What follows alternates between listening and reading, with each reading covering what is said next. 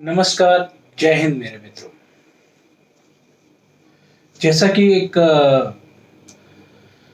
पंक्ति है Paulo Coelho की, be a good person but don't waste your time trying to prove it. लेकिन हमारे देश में एक पार्टी के युवराज हैं जिनको पिछले 20 साल से उनकी पीआर एजेंसी प्रमोट करते करते थक चुकी है और वो बार बार प्रमोशन के लिए डिफरेंट डिफरेंट हथकंडाज अपनाते हैं। अब नया आज कांड उन्होंने किया है, जो आरोग्य सेतु ऐप है नरेंद्र मोदी जी के द्वारा लाया हुआ, उनकी गवर्नमेंट के द्वारा लाया हुआ कोविड से बचाव के लिए।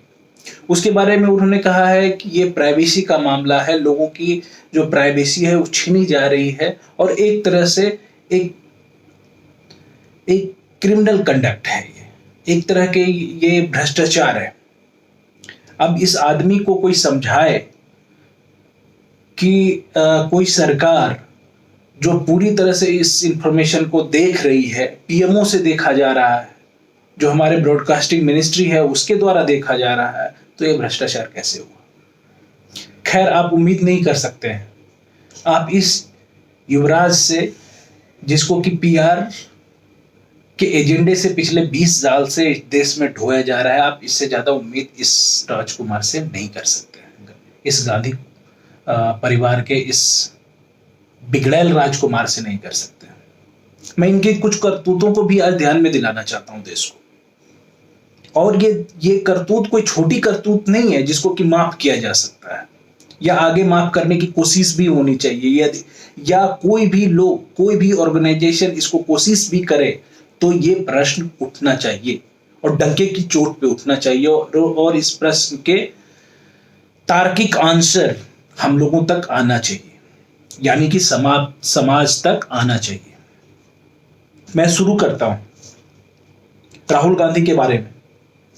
इस बीच में किस तरह का उन्होंने फ्लिप फ्लॉप किया है, आगे पीछे, झूठ सच, किस तरह का एक युवराज, एक प्रिंसिपल अपोजिशन पार्टी का एक नेता, लीडर ऑफ अपोजिशन टाइप। अब मैं शुरू करता हूं। कुछ दिन पहले उन्होंने बोला कि मुझे यदि संसद में बोलने दिया जाएगा 15 मिनट तो भूकंप आ जाएगा। सरकार ने बोलने दिया, ऐसी ऐसी हरकतें की है, अवेलेबल है, मीडिया पे अवेलेबल है, आप लोग देखें। वो किसी तरह से 15 मिनट और क्या क्या बोल गए उस बीच में, आप देखिए। उसके बाद आते हैं, उन्होंने कहा मेरा एकमात्र लक्ष्य है नरेंद्र मोदी का जो इमेज है मैं बर्बाद कर दूंगा। भाई, आप किसी का इमेज क्यों बर्बाद कर देंगे?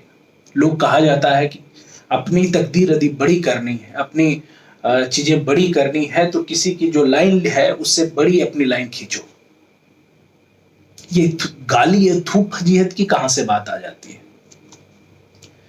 कुछ महत्वपूर्ण और स्ट्रेटेजिकली खतरनाक बात, जिस समय डोकलाम हुआ था अपने देश और चाइना के बीच में, देश डोकलाम को लड़ रहा था, डोकलाम को अच्छे तरीके से इंटरनेशनल डिप्लोमेसी के थ्रू और ग्राउंड पे इंडिया पूरी तरह से एक जिम्मेदार और काफी सजग राष्ट्र के रूप में लड़ा उसको और जीता। उस समय राहुल गांधी कहां थे? उस समय राहुल गांधी चाइना के एम्बेसडर के साथ डिनर कर रहे थे। प्रश्न पूछा जाना चाहिए। आपको याद होगा, थोड़ा फ्लैशबैक में चलते हैं, इनके नेहरू जी के समय में भी हिंदी चीनी भाई भाई, और 1962 में युद्ध हो जाता है।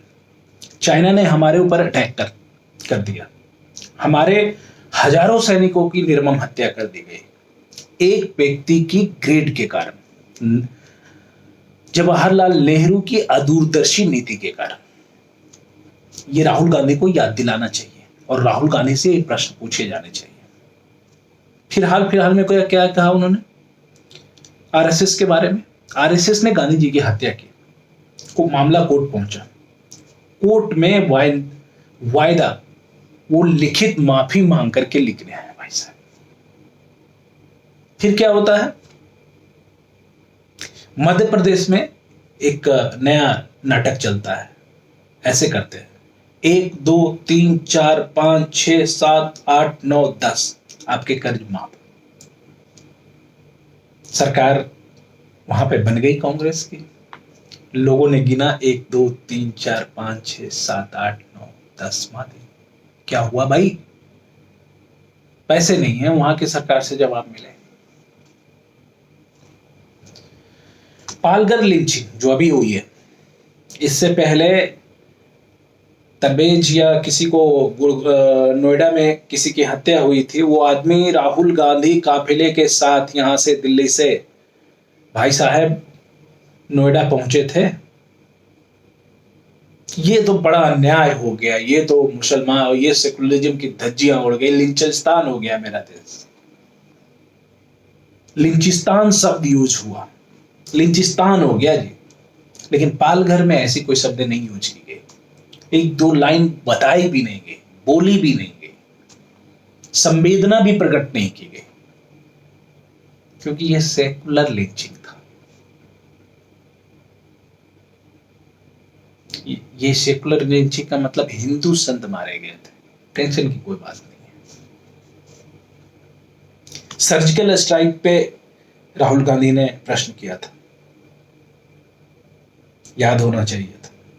ये पूरी दुनिया में हमारी वाहवाही हो रही थी और एक डॉक्ट्रिन सेट हो गया कि पाकिस्तान जब भी हमारे साथ कुछ भी गलत करेगा और खास करके एडवेंचरस करेगा, जहां बड़े बम विस्फोट करेगा, हमारी सेना, हमारी टेरिटोरियल आर्मी या फिर हमारे एयरफोर्स उसके घुस कर मारेंगे।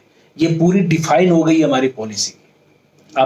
आप किसी भी एक्सपर्ट से आप जाएं, आप इंफॉर्मेशन लें गूगल से, इस चीज को आप जानें, पूरी डॉक्ट्रिन सेट हो गई। उसके बाद से पाकिस्तान हिम्मत नहीं कर रहा है इस चीज को करने के लिए। और इसी के परिप्रेक्ष्य में मैं राहुल गांधी को याद दिलाता हूं कि सर्जिकल स्ट्राइक कितना महत्वपूर्ण था। 26/11 हुआ था मुंबई में। राहुल गांधी, हालांकि उस समय गृह मंत्री के बारे में कहा जाता है, गृह मंत्री जी जो सुशील कुमार शिंदे थे, वो राज्यों के गाने लॉन्च करने में, गाने सुनने में व्यस्त थे। और राहुल गांधी से जब प्रश्न किया गया तो इस तरह के बम विस्फोट क्यों हो रहे हैं, तो जवाब आया था, इस तरह के बम विस्फोट को नहीं रोका जा सकता है। राहुल गांधी जी, रोका जा सकता है, नीति होनी चाहिए, नियत होनी चाहिए, चरित्र होना चाहिए। आप में लीडरशिप क्वालिटी नहीं है। आप इन पीआरओ के चक्कर में मत पड़िए। ये पीआर वाले आपके पैसे लेकर के आपको बर्बाद कर देंगे। आप राजनेता नहीं हैं। आप हमारे देश को लीड करने की आप में क्षण मात्र भी, शतांश मात्र भी आपका कैलिबर नहीं है कि आप हमारे देश को लीड कर सकते हैं। कृपया करके इन चीजों को आप छोड़ दें और कोई और अच्छा लोग, कोई और अच्छा लीडर अपने पार्टी से आप उभरने दें, अनुरोध है। नहीं तो ये तो शाश्वत सत्य है कि या तो आप सही तरीके से हट जाएंगे या पार्टी में आप बहुत ढंग से साइड कर दिए जाएंगे।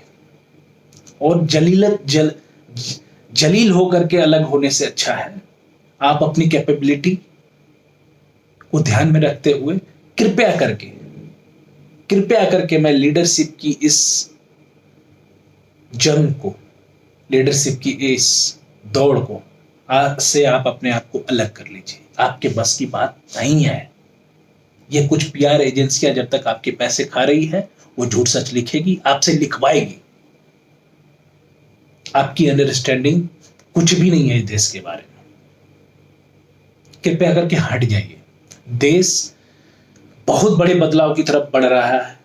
आप जैसे लीडरों को किसी भी परिस्थिति में देश में प्रश्रय नहीं दिया जाएगा। आप ये सोचते हैं कि आप पुराने धंधे और पुराने तरीके से आप देश पे राज करेंगे, वो नहीं होगा। उसके दिन लद चुके। तो मैं फिर आग्रह करना चाहता हूं, कंस्ट्रक्टिव रोल निभा सकते हैं जो कि आप नहीं निभा सकते, खत्म हो चुका है आपके लिए। लेकिन आपके कुछ लीडर यदि निभा सकते हैं तो उनको सहयोग करिए, उनको आगे करिए, वो कंस्ट्रक्टिव रोल निभाएं और इस कोरोना संकट से निपटने के लिए सरकार का सहयोग दें और सहयोग लें। आपके बस की बात नहीं है, आप साइड हो जाएं, भलाई आपकी इसी में है। मैं इसी के साथ एक सुझाव के साथ आपको फिर